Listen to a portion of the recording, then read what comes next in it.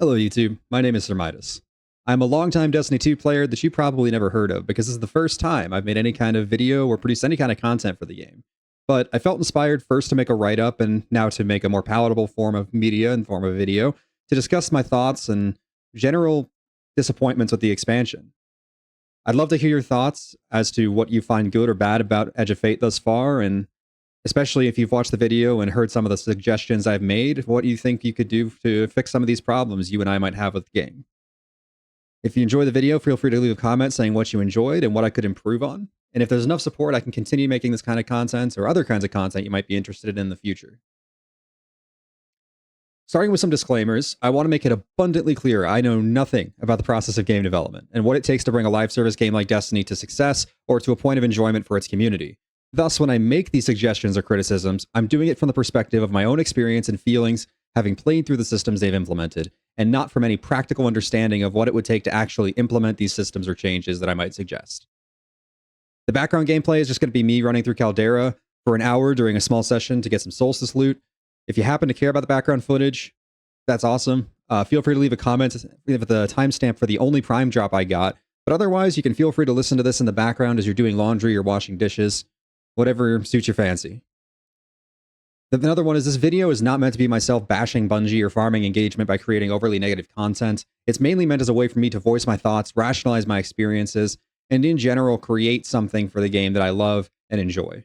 If there's interest, I'm happy to make a follow-up video discussing what I think is positive about the Edge of Fate and changes that they made. And I don't intend to quit the game anytime soon based on these feelings. I'll likely continue to play the game despite them. So a little bit about me before we get into my points of disappointment. That's a look at that. I think it's important that you know what I've played and how I've come to Destiny. So I've been playing Destiny off and on since Forsaken, starting predominantly as a PvE player at the recommendation of some guildmates from another game, and then in Shadowkeep transitioning to more of a PvP focused player. My background is largely MMOs like World of Warcraft and Final Fantasy XIV, but I've also put a substantial amount of time into other FPS games like Call of Duty Black Ops 3, Battlefield 4 and the Battlefield series in general, and Tribes Ascend for anyone who's old enough to remember that game. As for these points, they're in no particular order, and none of them really hold any additional sway on me compared to any other. So let's get started. For me, we want to start with a campaign because that was the first thing I experienced in this expansion, and the first thing that really disappointed me. In terms of the story, it felt very unfinished and left a lot of major questions unanswered, which to me is just not very satisfying for a one-time or maybe two-time or at the most three-time experience where you get to really go through the campaign from A to Z in order and experience the story. So I would have loved to see some of the questions like, who are the Nine and why are we beholden to them and all of that stuff answered more plainly, I suppose, and in the story itself rather than in lore cards. The gameplay of the campaign, I think they were going for a puzzle-solving experience, but it ended up feeling very lock and key instead. And I think the main reason for this is that the matter ball, the egg mechanic or the matter weave mechanic, and the teleport gun really didn't evolve fast enough in terms of their creativity and complexity of encounter solving to really make it more than just a matter of, oh, I can't progress through this room. Let's look for the hole in the wall that I can fit through as a matter ball. The campaign's actual difficulty, to me at least, felt very power corrupt even in the legend mode. I sped through it in about 5.5 hours, and the only real time that I either died or felt any kind of danger was when I was eager edging myself through the map too quickly and hit a wall, losing all my health, or fell off the map. On normal mode, when I did it on a repeat clear, it was even more so power corrupt, and I never felt any sense of danger or stakes throughout the entire campaign. And I think that sense of stakes is important because it adds to or multiplies on the stakes that are invested in you by the story itself. And for all intents and purposes, the Singularity was a very cool area. And the last mission definitely implemented those stakes very well. I just think that if it was harder, it would have been even more so well implemented. Somewhat connected to the campaign is the world tiers and difficulty modes from Kepler activities. For those who don't know, Kepler introduces a system of tiers that determine the difficulty at which the actual destination is scaled to. There's the Brave tier, which is equivalent to the normal campaign. There's the Legend tier, which is equivalent to the Legend campaign. There's the Fabled tier, which is a minus 30 power level, or power delta. And there's the Mythic tier, which is a minus 50 power delta. To me, everything up to Mythic felt very power crept, regardless of whether it was minus 30 or not, to the point where build crafting didn't really matter because I just ran over the content using whatever I had on. The opposite is to be said for the Mythic difficulty, where it felt like I could only really run one or two different builds, which were Plink-centric scout rifle builds or Outbreak perfected builds that were able to kill enemies very slowly, very safely, because anything, it felt like, could pretty much one-hit kill me. To me, neither of these felt particularly engaging or fun, and to be honest, I would love to see a difficulty that was somewhere in between them be the top end of the difficulty spectrum. The portal system itself is the next big thing I want to talk about. And overall, I think it's a good presentation of content itself, but it lacks a lot of the character the old director system had. And to me, that is worth more than a really good presentation of the content. When I think about how content is presented and how I want to go about in a space futuristic game, my best example is Warframe. For those of you who haven't played Warframe, they have a very similar map to the director that we have had in Destiny 2. And it was a super cool way to kind of visualize the entire game and the galaxy as on one page and be able to go through everything. Yes, it was a little complicated. Yes, there were some things that kind of got hidden as the game got older, but it was a lot more, it had a lot more character to it. The Netflix tiles that we have currently are an efficient system, and they're a good system for onboarding new players and returning players that may not be as experienced or know where to find things. But I do think it lacks a lot of that character. There's also some really weird exclusions from the portal system to me that were somewhat disappointing, such as raid encounters, dungeon encounters, and specifically in the case of PvP, connection-based matchmaking modes. As far as I'm aware, there's not a single CVMM mode in the PvP portal system, which means that you're always, if you're looking for new loot, going to be playing with subpar connections. To me, that's just not very fun in comparison to playing with a good connection against players similarly skilled. But at the end of the day, I'm not in control there. I would love to see those modes added, and they've already mentioned that they're going to be adding raid and dungeon encounters at a later date, so I'm pretty happy about that. Overall, my main disappointments with the portal system is that I feel like Destiny lost a little bit of its soul with the elimination of the director. Kind of tag teaming off of that, I want to go over a little bit of the reward structure for the portal system as well. And there's kind of three main ways the portal system rewards you. It's either completion based, so you get score progress based on completing certain objectives. This is the case for solo and pinnacle ops.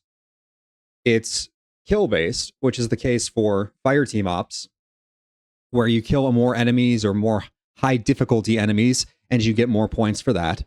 And it's performance based, which is the case for PvP, where whether or not you won, how you placed in terms of your in-game score relative to other people, all contributes to it. For Fireteam and PvP, I view these as strictly worse than the solo and pinnacle ops. In the case of Fireteam ops, because it operates based off a score-based system that determines enemy kills, that means that if a certain number, let's say 150 enemies spawn in a mission, it might predict that you get an A rank or a B plus rank score, because it's saying that there's that many points available. But when you actually go to complete the mission, if you do the mission efficiently, there's not going to be 150 kills in the mission. There might be 120. There might be 130. But either way, that could completely change the score that you get and make your reward significantly worse, especially considering that Fireteam ops take about 2 to 3 times as long as solo ops do. You're getting less completion rewards, and you're getting lower quality completion rewards. To me, I think this feels just very bad, and they need to adjust Fireteam ops to have a completion-based score, or make it so that everything shares completion and enemy kills. For the PvP playlists, I think PvP having leveling options is one of the best changes they've made in Edge of Fate, but I do think that the loot from PvP matches being attained through performance-based metrics isn't necessarily the best thing either. At least not on its own. No, I don't think that the idea that you should get better loot for doing better in PvP is a bad thing. What I'm going to say, though, is that it is very disappointing and adds compoundingly to the negative feelings you get when you lose or do poorly in a match to know that your loot is going to be significantly worse. The other issue I have with this whole loot acquisition system is that it's tied to your light level. And I'll get into this more when I talk about some of the power leveling and infusion stuff. But because it's tied to your light level, even if you do really well but lose the match, you can sometimes get a drop that's completely worthless to you. And that feels worse than losing the game, in my opinion. One more type on the portals is the adjustable difficulty modifiers. I think these modifiers are really cool, and giving us the option to customize our difficulty has been a huge thing for Destiny. But again, I think they took steps backwards with the implementation. The modifiers themselves feel very unimportant at the end of the day because they're tied to the combatant's power level, which is tied to the power delta, which is tied to difficulty. If you remember my earlier comment about mythic difficulty, it's a minus 50 power delta, and and there's no real modifiers to it. And that felt impossible. But anything up to minus 30 felt like it was a power creep. So at the end of the day, the modifiers themselves don't really feel as important as the power delta does. So I would love to see them do something like disengage the modifiers from power delta, make the power delta its own scalar, and then add the modifiers on top of that instead, and make the modifiers more interesting. One more thing I want to talk about that has been bugging me with the game generally before I get into some more specific comments is the game has been super buggy in the first few weeks of release. Yes, it's usual that games have bugs, and I'm aware of that. But I think at the end of the day, there's some things that have happened that have been going on for years that have either not been acknowledged or not been addressed. Such as the sprint bug, the rally flag bug, the persistent 4-hour to 6-hour crash window on 40 and 50 series GPUs, and altogether just random bugs in PvP and PvE, where things like abilities, melees, and weapons simply do not work as intended. Yes, Bungie has gone through and fixed some things like the sprint bug, and acknowledged others like the Trials hand cannon having, for some reason, like half the stats of the other hand cannon or shot pistol that we got in Arms Week. But I do think that this first few weeks, especially during the world's first race, was unacceptably buggy to the point where the game was largely not even playable at a high end. And I'm not even going to start on the fact that there's certain things in PvP that have not functioned consistently on a baseline level for many years, looking at you melee whiffs and shotgun no-hits that have never been addressed or acknowledged by the devs. Okay, so getting into more some specific criticisms I have. I want to talk first about loot acquisition, because I think that's one of the core components of the game, and really it's what drives the entire community moving forward. Vendors have basically become irrelevant outside of Zavala's weekly focuses, because those are 3+ power engrams past level 400. Largely, this is because vendors have lost any kind of deterministic or augmented RNG methods to obtain their gear, and it's instead been replaced with a complete RNG system through only having completion rewards. What I mean by this is like what happened to Saint 14. So Saint 14 used to be able to focus Trials weapons using engrams from his vendor level and from the end of game, which meant that you had an augmented RNG. You could bypass the first level of RNG, which was whether or not the drop was the item you wanted. Now he doesn't have that. It's just completion rewards. There's no weekly focused weapons. It's only just you do the match, and there's a 1 in, I believe, 11 chance that you get the item you're looking for. To me, that's so much worse than it used to be, and I don't understand why we had to get rid of that system.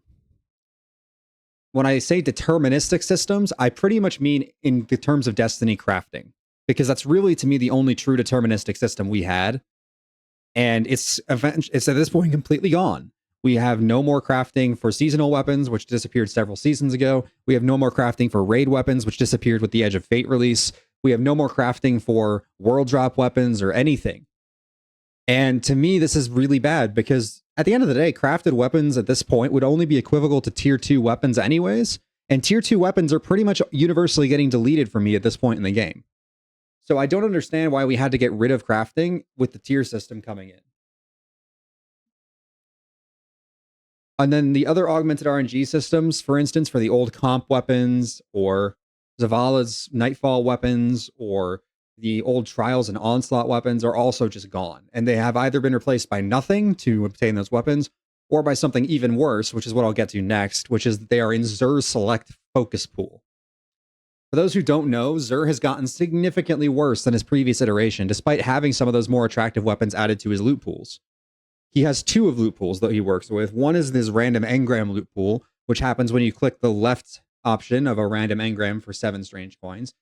Or he has a select focus loot pool, where he brings a set of, I believe, 8 weapons every week that have static rolls for people to pick up. All of the really attractive weapons were only added to his weekly select loot pool, which is your Comp, Onslaught, Nightfall, Old Trials weapons, making them practically unobtainable for new players. And for returning players who likely didn't get a good roll of something like Redrick's S stock that was only around in Comp as a 3-win reward, even is never focusable. Additionally, older crafted weapons people may not have obtained, such as the Callus Mini Tool, which is a very unique weapon for those who want to play with something like the Midas Scout Rifle, Raya's Love, or other long-term difficulty or long-term grinds that were previously deterministic. They're now impossible to get because they're not in his weekly random engram and they're only in his weekly focus pool, which to me is so oversaturated that it is probability-wise impossible to get a good roll of those weapons. I've talked a little bit about loot and how we get it, but I want to talk more in specific about what that loot actually means for you and discuss the power grind. So the power grind to me has been a huge disappointment. It feels very disrespectful to the player's time investment and asks an absurd amount of time be invested for them. To put this into context, I'll go over my own experience with the power grind a little bit and how long it took me to get through the different bands. So from 200 to 300 power was where I really started recording this. I was at about 200 power after completing the campaign, which previously I said was about 5.5 hours. At 200, starting with a bugged, quote unquote, but really what it was a more efficient than intended activity, Encore, pre-nerf. It took me 30 hours of gameplay, straight gameplay, to go from 200 to 300 power. When you go from 300 to 400, you actually lose 25% of your efficiency because your drops are no longer +4s, they're +3s. So if we were to extrapolate that 30 hours out to the 400 power band, it would look like approximately 73 hours of gameplay at a soft estimate. To put that into context, if you were to play the game an hour a day after work, routinely every day as a casual player, I think that's a relatively fair estimate. That would take you 73 days of gameplay, which is a little over 2.5 months just to get to 400. That's not even getting you tier 5s. That's just to get to 400. If we want to talk about tier 5 loot, then we have to talk about the worst part of the power grind, which is the 400 to 450, and the even worse part of the power grind, which is the 447 to 450. Give me a chance. I know that sounds crazy. But what happens from 400 to 450 is that none of your drops from completion actually give you an upgrade of power. They're all on level. What this means is the only way that you have to get power is through the prime engram system, which is a random chance every time that you complete an activity to get a drop that happens to be a +3. That +3 can go into any slot, regardless of whether it is an upgrade or not. And that +3 is approximately a 1 in 20 drop rate based on what the community's anecdotal experiences have showed us. What this means is that solely based on probability, if you were to have the worst RNG possible and go 20 runs until you get 1 prime engram, that would mean that 95% of the content that you just did gave you little to no progress on your power level. And that was it. That's the only system you have to level. There's some weekly stuff that you can do. There's event pass stuff that you can do. But at the end of the day, if you actually want to do your power level and take care of the task, that's all you have. To me, that feels very disrespectful to my time, because if I'm actively going into something knowing that 95% of my effort is wasted, why would I go into it in the first place? And I think that's something a lot of players can sympathize with, because nobody wants to feel like their time is being wasted, especially when they're trying to have fun. So to me, this system feels far too slow, far too time consuming, and very disrespectful to the time invested by the players that actually do invest their time. The worst part of the power grind is from 447 to 450, because you have to get a prime drop in every single slot, right? Remember how I said that they could be duplicates before. So that part of the grind feels even worse, because you're so close to the finish line, yet for some reason you just can't get that power drop that you need. And it's the only drop that you need to get to 450. And at 450, you come over the cusp of getting tier 5 loot sometimes. Like I said, it feels very disrespectful and very, very unfun. Another big issue I have with the light level system is the way that Infusion currently works. I think Infusion has never necessarily felt like a great system, but it definitely feels worse than it ever has for me in Edge of Fate. The main reason for this is something called unstable cores. That really what the results of the unstable cores are is that they absolutely make it so that you feel like you cannot ever use gear that is more than 100 levels away from your current light level. Whether that's gear from an old expansion, an old exotic that's not featured, or what it be it. Because it costs an absurd amount of this currency that you earn at a relatively snail's pace to actually infuse those items. So let me put this into context with some numbers for you. For me at level 430, it costs approximately 10,000 unstable cores for me to upgrade one piece of gear from level 200 or less to my current light level. This is equivalent to having to dismantle approximately 10 pieces of light level adequate gear per piece I want to level up. So if I wanted to do a full loadout, which consists of 3 weapons and 5 armor pieces, I would need to spend a total of 80,000 unstable cores, or dismantle 80 pieces of on-light gear just to level that up. And this isn't just for old gear that they didn't want you to use anyways. This is for gear that you earned, let's say, early on in the expansion. Let's say you got a really good roll of a weapon, like the Giver's Blessing auto rifle from Kepler, really early on, and it's only level 250. If I wanted to upgrade that to level 430, I would be spending the same amount of cores as if it was an old weapon anyways. To me, this adds an exponential amount of grinding for wanting to use anything that happened to be earned early in the expansion, or God forbid, earned before this expansion launched. I think this economy and system is just a harmful aspect of the game as a whole, because it prevents players from having to be able to use their fun weapons. And the worst part of this is that your light level is tied to what tier loot you get. So even if you wanted to say not infuse anything and just be like, okay, you know, I won't infuse my Thorn and Fellwinter's Lie. Well, now if you go into PvP, you're going to be getting less rewards and lower tier rewards because your light level isn't as high as it should be. To me, the system is universally negative. I have no real explanation that has been provided as to why it does anything positive for the game. And personally, I think it should just go the way of the dodo at this point. The other issue I have with the gearing system right now is the masterwork economy.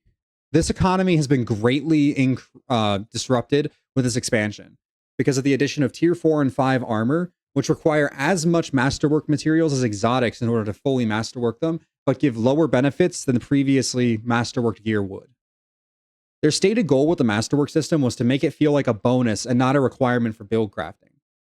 But the problem with that is that the bonus is the only way to get any stat points in the 3 lowest stats that an armor piece has. And if you're building the way they seem to intend for you to, which is to focus on your secondary, primary, and tertiary stats, that's going to mean that each gear piece is only going to give those 3 other stats in any capacity if you masterwork it. So yes, you can make builds that technically function without the masterwork on any of your armor, but you'd be sacrificing almost the entirety of some of your cooldowns. Let's say for PvP, you're building Bulwark Super Gear, so you're getting health, class, and strength. Well, you would be sacrificing your entire grenade, melee, and weapon stat if you didn't masterwork any of your gear. To me, this makes certain systems, like the masterwork, especially mandatory on classes that want to have multiple cooldowns, be reasonably available, like Hunter. Hunter wants to have 7 melee for PvP so that they can regenerate their melee off a Gambler's Dodge, but they still want to have good super uptime. So you pretty much need to masterwork your armor to get your base melee from 0 to, let's say in this case, 25.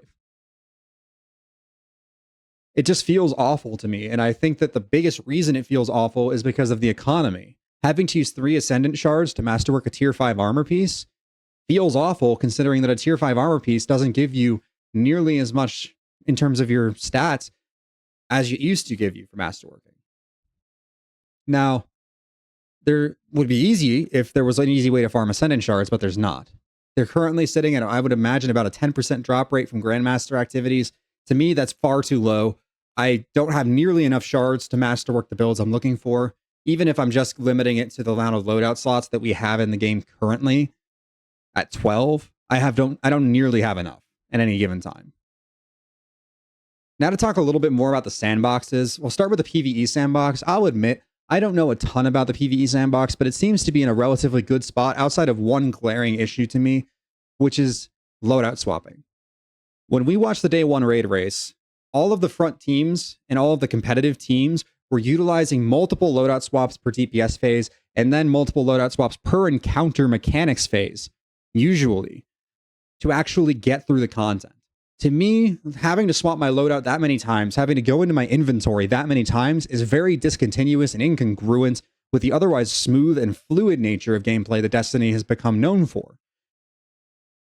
And because it's necessary, I feel as though I'm actively throwing if I'm not doing this in a group of similarly skilled players.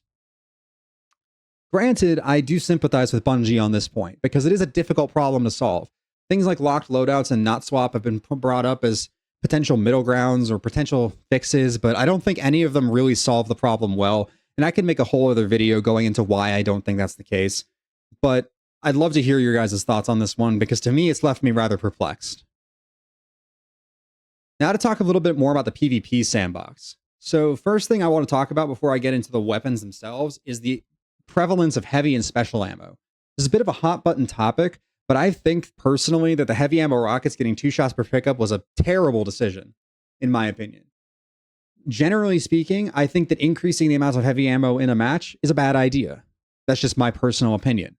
But what it did is it made rockets function effectively like machine guns either used to or maybe even still do, which is if you pick up heavy once, you have it to dominate the map control for such a long period of time that you can easily cycle heavy again for your team, leading to one team perpetually having heavy the entire match, and there being very little the enemy team can do about it. What does this mean? It means the one team snowballs to a victory, which is one of the biggest criticisms people have of Destiny PvP. I really think that this change should be reverted, and they should really look at heavy ammo as a map pressure tool and not as a holding tool or an uptime tool. The special ammo economy has been improved a little bit with the new meter system, not so much in terms of the actual availability of special ammo, but in the ability of Bungie to tune the availability of special ammo in the future. Currently, I think that you still have functionally unlimited special ammo, because special ammo finders work in PvP, which in my opinion they shouldn't. I think that with the special ammo boxes basically being in spawns sometimes, or giving out a shot of ammo instead of giving out meter progress, you have just too much special ammo that you can store up to 3 shots of at any given time. And as a whole, it makes it feel as though the game is just dominated by special again. However, I do think they have room to tweak this a lot more than the old system. And I think that if they were to make it so that, like I said, special ammo crates don't spawn in player spawns, seems like common sense, but I don't understand why it's not been done yet. And they give meter progress rather than giving a bullet, I think that this would go a long way to make the game feel a lot better. In terms of the weapon sandbox, I was actually a huge fan of the weapon stat as they initially implemented it. I thought it made a lot of, at the low to medium end, it really improved the metagame by making a lot of options more viable, like adaptive pulses and 2-burst hand cannons. But Bungie backtracked on it and decided to reduce the weapon stat to 5% and then nerf some of the specific perks that enabled weapons to benefit from the weapon stat, like non-kinetic elemental honing and precision instrument on the 2-burst hand cannons. So fewer weapon archetypes are really seeing a viability buff from the weapon stat. So to me, what has been disappointing has been that they backtracked on this. I would love to see them go back to 6% weapons, and rather than nerf the weapon stat as a whole, take things more from a specifics perspective, like they did with non-kinetic elemental honing and 2-burst hand cannons getting PI 2 taps. At the high end, though, the PvP sandbox in the meta really hasn't changed. It's still, and has always been for the last 7 to 10 years of Destiny, been wall hugging with a hand cannon. Because peak shotting and putting hundreds of damage into players without really being able to take damage yourself is just way too good to pass up. But it's gotten worse. Why do I say it's gotten worse? Because now that there's other weapons with faster TTKs within the hand cannon's optimal range, hand cannons have to play even tighter and even closer to cover to succeed. Not that they've gotten any harder to use or that they've gotten any worse in terms of their meta relevance, but now they just have to play like a meta weapon more often and more frequently. To me, I don't think there's really anything they can do to fix this other than just make it so that hand cannons aren't as easy to use, but that's not a change that Bungie's ever going to implement. With that, I have finished pretty much all of the pressing thoughts I had with respect to why I think this expansion has been disappointing. If you stuck through this long, let me know what you think, and I appreciate your time having listened to my rant. This is Sir Midas, and I hope you have a great rest of your day.